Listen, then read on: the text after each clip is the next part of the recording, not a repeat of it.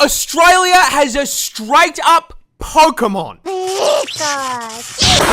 Introducing the brush-tailed possum, more specifically, the golden brush-tailed possum. Native to the land down under and one of the rare examples of an Australian animal that isn't expressly designed to DoorDash you straight to heaven. You see, the brush-tail is one of a grand total of 23 species of Australian possum, which, despite the name, share absolutely no relation to the red-blooded American opossum. These adorable little marsupials come in all shapes and sizes, from the ringtail possum to the sugar glider, and to our protagonist here, the golden brushtail, which is really just a common brushtail possum with a rare genetic mutation called leucism that causes them to lose the pigment in their skin. So basically, it's a fucking shiny Pokemon. Coming in at around 4.5 kilos and 40 centimeters in length, these tree-dwelling marsupials are nocturnal and primarily herbivores, mainly consisting on a diet of leaves and fruit. And for added cute points,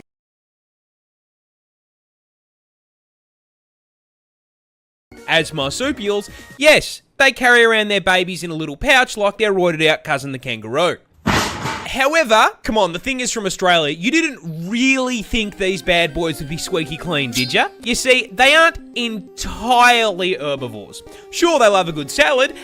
They will also quite happily raid a bird's nest and turn Tweety's kids into a 3-egg omelette. Roadkill? Sounds like a fine steak dinner to me. And just because it's not a venomous predator, doesn't mean it can't take your fucking finger off. And the cherry on top, Aussie Pikachu here doesn't go Pika Pika. No, you see, Down Under doesn't have Pokemon trainers, because when you step into the tall grass out here, you hear this absolute fucking demon.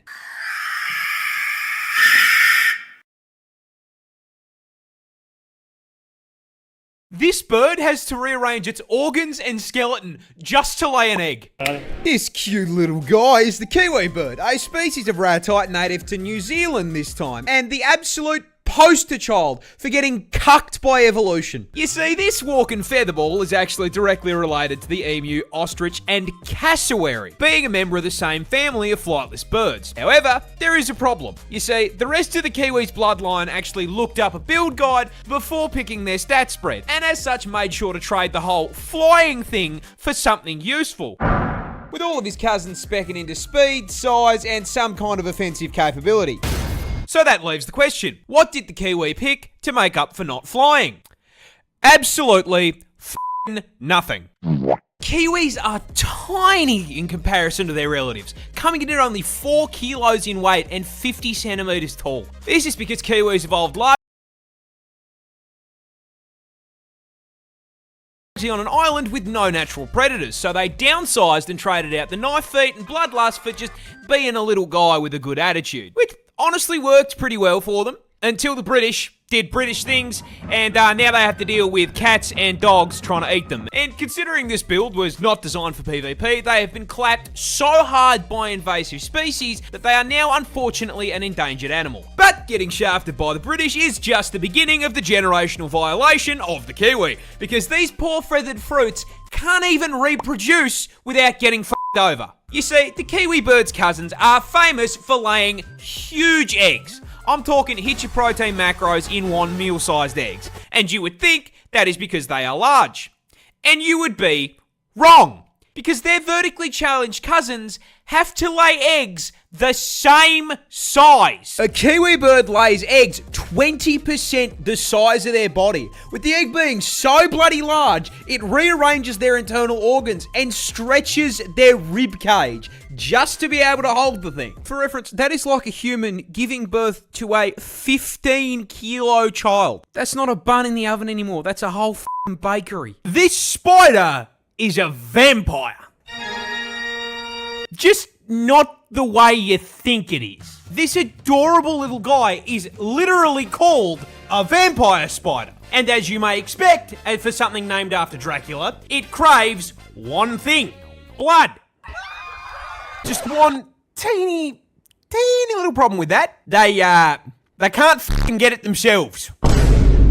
You see, vampire spiders are a species of jumping spider, and jumping spiders basically never bite people or other mammals. Second off, they don't even have the right equipment to get your blood out. I don't think you have the facilities for that, big man. Because I didn't call it a little guy for nothing. They are only a completely average 0.3 inches wide. They straight do not have the strength or length to penetrate your skin.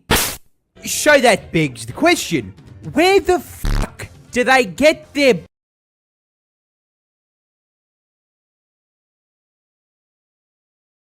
blood? I mean, what could a spider possibly get its hands on that carries human blood? Gotcha! Yeah, it's fucking mosquitoes. The vamp spiders specifically target these annoying fuckers, but not just mozzies in general. No, they wait for them to bite something first. And then, once they've completed the blood heist and try to make off with the goods, the vamp spider hits the mozzie with a "The fuck do you think you're going, cunt?" and jumps it, murdering the mosquito and sucking the blood out as a sweet treat. I guess if it's a vampire that kills vampires, it's less Dracula and more a blade spider.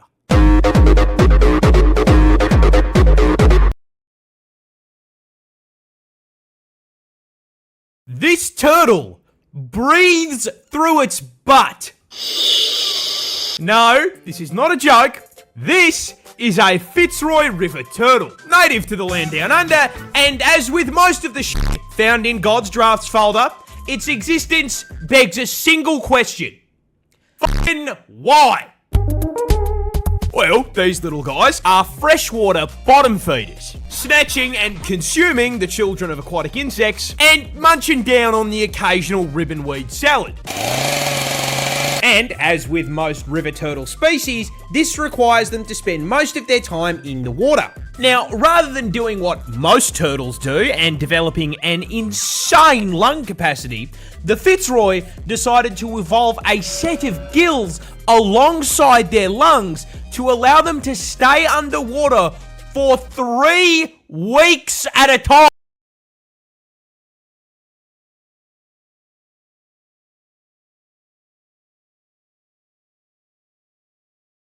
Hello, how are you? 3 weeks later. I am under the water. However, when placing the gills, God was absolutely fucking plastered.